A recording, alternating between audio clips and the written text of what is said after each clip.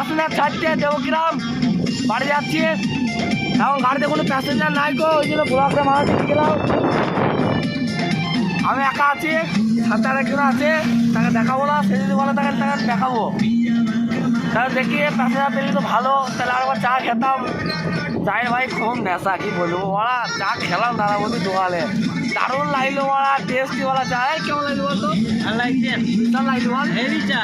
হ্যাঁ দারুণ ভাই। কোথায় জানো দোকানটা? ওই তোমার কাটো আমার যাওয়ার আগে বাঁ দিকে। তারপর আমরা ফিরছি বাড়ি, তোমার শিবনগর, এরকম শিবনগর রোড, শিবনগরের সূর্যা বেরিয়ে যাবো ছুটির মোড়, ছুটির মোড় থেকে জয়রামপুর আমার বাড়ি। তো দেখতে থাকো ব্লগটা, পাড়া তো মানে ওরা কি বলবো বুঝতে পারছি না, ও একটু মিসআন্ডারস্ট্যান্ডিং হচ্ছে, ক্ষমা করে দেবেন। তো আমাকে প্লিজ ক্ষমা করে দেন, ভুল হওয়ার জন্য। আমি যাচ্ছি হচ্ছে বাড়ি, ঠিক আছে? তা ওই দূরে দেখতে পাচ্ছ, কি দেখতে পাচ্ছ বলো তো? ওই মোটরসাইকেল এসছে, মোটরসাইকেল বন্ধু ছিল ভালো, ঠিক আছে? বাম্পার করেছে না রাস্তা, ভাই কি বলবো, এই রাস্তা করে বিশাল রাস্তা, ওই দেখো গাড়ি আমার চাকা ভাঙা বলে ঘুরছে না কেমন বাম্পারের জন্য। হ্যাঁ, আমার মাঝে মধ্যে গিয়ে ওরা ব্রেক মারতে হচ্ছে।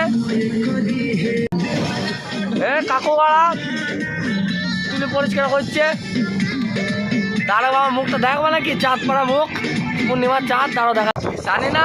আজকে এই রোডটা তো ভালোই লাগছে, ক বছর চলবে, সবাই আমার ফিনিশিং হয়নি, রোডটা কিন্তু দারুণ হয়েছে। এখন ভগবান জানে, আর ওই মুখ্যমন্ত্রী জানে যে রোডটা কতদিন চলবে। আবার যেদিন রোডটা খারাপ হবে সেদিন আবার ভিডিও নিয়ে চলে আসবো, তোমাদেরকে দেখাবো। এটা সোজা চলে গেলো বল্লভপাড়া ঘাট, 17 কিলোমিটার রাস্তা দেবগ্রাম থেকে, ঠিক আছে? একবারে সোজা বল্লভপাড়া ঘাট, কাটোয়া ঘাট রাস্তা, এবারে পুরো ওকে রাস্তা করে দিয়েছে, এবারে চাষি নাম্বার 44 করে দিয়েছে। ভাই কি বলো, দারুণ রাস্তা হয়েছে, গাড়ি চাকার স্পুন চলছে, ঠিক আছে? তা ভালোই লাগছে, প্যাসেঞ্জার নিয়েছে, বেশ মজাই লাগলো। আরে বাস চলে গেল ভাই, সোজা মাঠটাড়ি যাবে এই রাস্তায় এই বাস।